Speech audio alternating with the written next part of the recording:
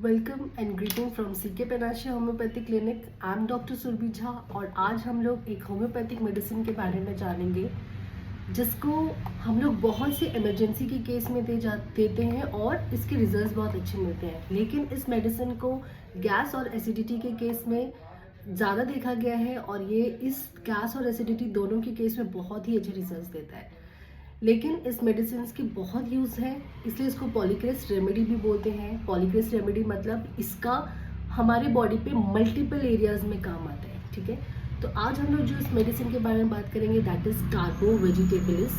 ठीक है, जिसको हम लोग शॉर्ट में कार्बोवेज भी बोलते हैं। कार्बोवेजिट जो है मेडिसिन वो जो है वेजिटेबल चारकोल से प्रिपेयर होता है। ठीक है, और इसको हम लोग कॉर्प्स रिवाइवर भी बोलते हैं। कॉर्प्स रिवाइवर क्यों बोलते हैं? क्योंकि ये हम लोग ऐसे पेशेंट्स को देते हैं जिन पेशेंट्स की वाइटलिटी जो होती है बहुत ज़्यादा लो हो जाती है due to loss of fluid, excess loss of fluid की वजह से अगर किसी की वाइटल लूज हो रही है और पेशेंट बहुत ज़्यादा कोलैप्स कर रहा है, ऐसे केस में हम लोग देते हैं। आज हम लोग इस मेडिसिन के बारे में जानते हैं और इसके यूजेस क्या है, पेशेंट्स क्या सिम्टम्स देता है, इसके डोज क्या है, इसके प्रिकॉशंस क्या है। तो इस वीडियो में बने रहिए। कार्बोवेज जो होता है हम लोग मेनली यूज़ करते हैं बहुत ही ज़्यादा अगर पेशेंट को गैस्ट्रिक और एसिडिटी की प्रॉब्लम है। इट मीन्स अगर पेशेंट को बहुत ज़्यादा ब्लोटिंग हो रहा है, अगर वो कुछ भी खा ले रहा है, खाते ही उसका पेट फूल जा रहा है, पेट हमेशा फूला हुआ रहने की वजह से वो हमेशा वीक फील करता है, एक्टिव नहीं रहता है, पेट में हमेशा दर्द रहता है। उसके बाद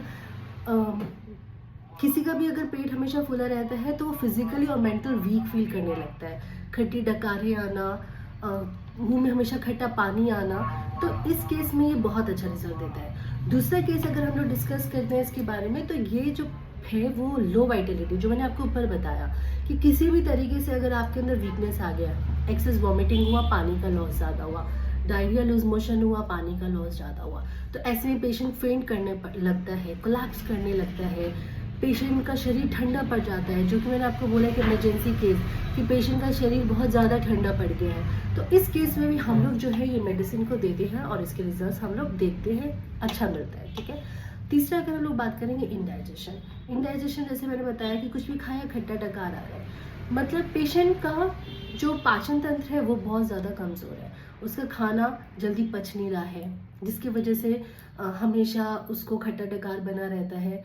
और पेशेंट का मोशंस जो होता है वो मतलब प्रॉपर नहीं है, कभी उसको लूज मोशन हो रहा है, कभी उसको कॉन्स्टिपेशन हो रहा है, मतलब वो वाइस वर्सा ये दोनों प्रॉब्लम से सफ़र करता है। तो इस केस में ये बेस्ट माना जाता है। चौथा, नॉर्मली जो हम लोग का loose motion, sudden high fever की वजह से बॉडी वीक पड़ रहा है, बॉडी बहुत ज़्यादा ठंडा हो जा रहा है, ठंड के कारण जो बॉडी है वो बहुत नीली पड़ रही है, तो ये सब में भी हम लोग इसके रिजल्ट्स देखते हैं। ठीक है, अब हम लोग इसके बारे में बात करते हैं कि इसका पेशेंट जो होता है वो सिम्टम कैसा देता है। मेनली अगर किसी को इतना गैस्ट्रिक के इश्यूज रहते हैं ना, तो वो हमेशा पेट दर्द की शिकायत तो डेफिनेटली करेगा, उसका हाथ हमेशा पेट पे रहेगा और उसका चेहरा देखते ही मतलब उसके ब्लोटिंग की वजह से अगर किसी का पेट फूला हुआ है तो आपको उसका पेट हमेशा फूला हुआ दिखेगा, जिसकी वजह से उस ब्लोटिंग के कारण वो हमेशा वीक फील करेगा। तो ये सारे सिम्टम्स वो देखते हैं जो कि नॉर्मली गैस्ट्रिक पेशेंट्स में आपको देखने को मिलता है। इमरजेंसी केस में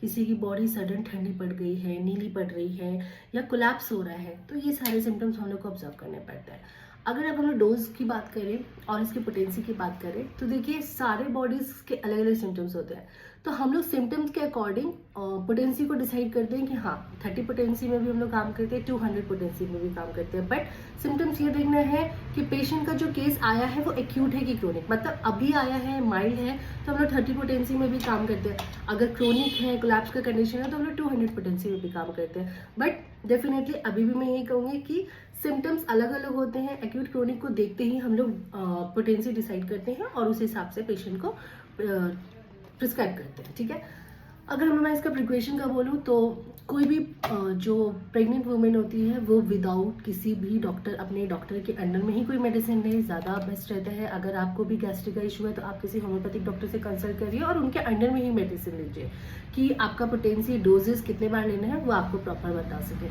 दूसरा कि अगर आप कोलैप्स का पेशेंट देख रहे हैं, बॉडी बहुत ठंडी पड़ गई है, कोलैप्स का कंडीशन है, बेहोश हो रहा है पेशेंट, तो इमीडिएट हॉस्पिटल लेके जाएं और उसके आगे ही डॉक्टर के अंडर में काम करें। अब अगर मैं इसका एक बात करूँ कि डाइट को लेकर, तो अगर गैस्ट्रिक का इश्यू ज़्यादा है तो हम लोग को अपने डाइट पे ज़्यादा फोकस करना पड़ता है। हम लोग को वाटर का इंटेक आप अच्छा करिए, और साथ ही साथ खाने में फाइबर फूड लीजिए, और मसाला तेल जो होता है वो नॉर्मली कम करिए। घर का होम फूड खाइए, और अच्छे से खाने को च्यू करके खाइए, बहुत अच्छा रहता है। हम लोग 4 रोटी 5 रोटी खा लेते हैं, लेकिन वही अगर आप प्रॉपर माइंडफुल ईटिंग करते हैं तो आप लोग 2 रोटी में भी आपका पेट भरता है। तो माइंडफुल ईटिंग बहुत ज़रूरी है, ठीक है। तो अगर आपको ये वीडियो अच्छा लगा होगा तो इस चैनल को सब्सक्राइब करिएगा, और अगर ऐसे और भी वीडियोस आपको चाहिए, और आपको कोई होम्योपैथिक मेडिसिन या कोई डिजीज़ के बारे में आपको जानना हो, तो आप मुझे कमेंट में बता सकते हैं। और आप मुझे कमेंट में ये भी करिएगा, जो लोग ये वीडियो देख रहे हैं, कि आप लोग को गैस्ट्रिक के इश्यूज़ में गैस ज़्यादा परेशान करता है कि वीकनेस ज़्यादा परेशान करता है।